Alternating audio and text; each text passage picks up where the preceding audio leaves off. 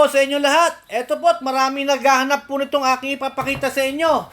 8-stud po na drop side or wing band. Pero ito po cabin chassis. Pwede namang gawing drop side or pwedeng gawing wing band sa pag-uusap ninyo ng dealer. Marami po naghahanap nito at marami nagme-message po sa akin ito. Isuzu po ito na 6HK1.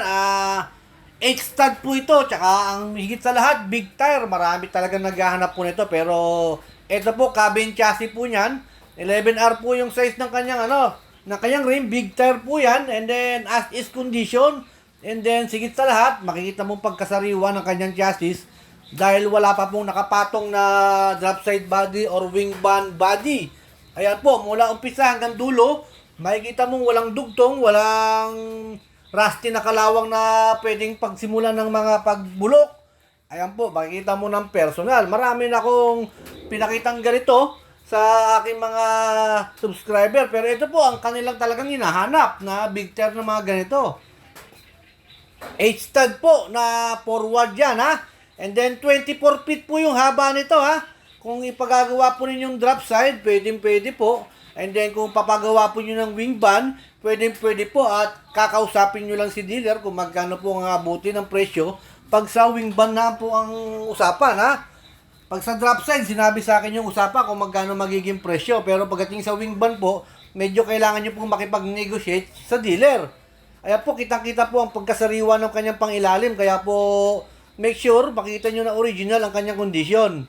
Hindi po katulad nung may nakapatong na. Siyempre, may hindi mo makikita dahil may nakapatong. Ito po, wala Cabin chassis po na 6HK1 and then FTR chassis. And then big tire po big tire lahat ng gulong niya, mga kakapalang lahat ng gulong, brand new yung mga gulong Ito po yung kanyang differential, talagang binalik-balikan po natin ito.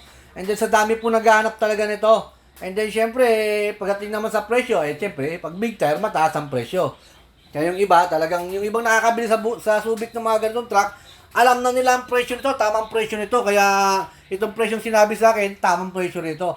Ayan po. Manual transmission po yan. Manual transmission. Ayan po. And then, ito po yung kanyang dashboard. And then, pwede yung loob ng kanyang cabin. Talagang may, mayroong backseat, may backseat, manual transmission. And then, higit po sa lahat, maxi type po yan, maxi type. And then, ito na po yung kanyang kabuuan po ng Isuzu na cabin chassis, Inuulit ko, pwedeng gawing drop side, pwedeng gawing wing band. FTR chassis, big tire, yung mga naghahanap, nagtatanong sa akin. Ito na po yun, 2 piraso po ito, Ito lang muna ang binidyo ko, pero 2 piraso po yan. Sa mga naghahanap po, 6HK1, maraming salamat po again.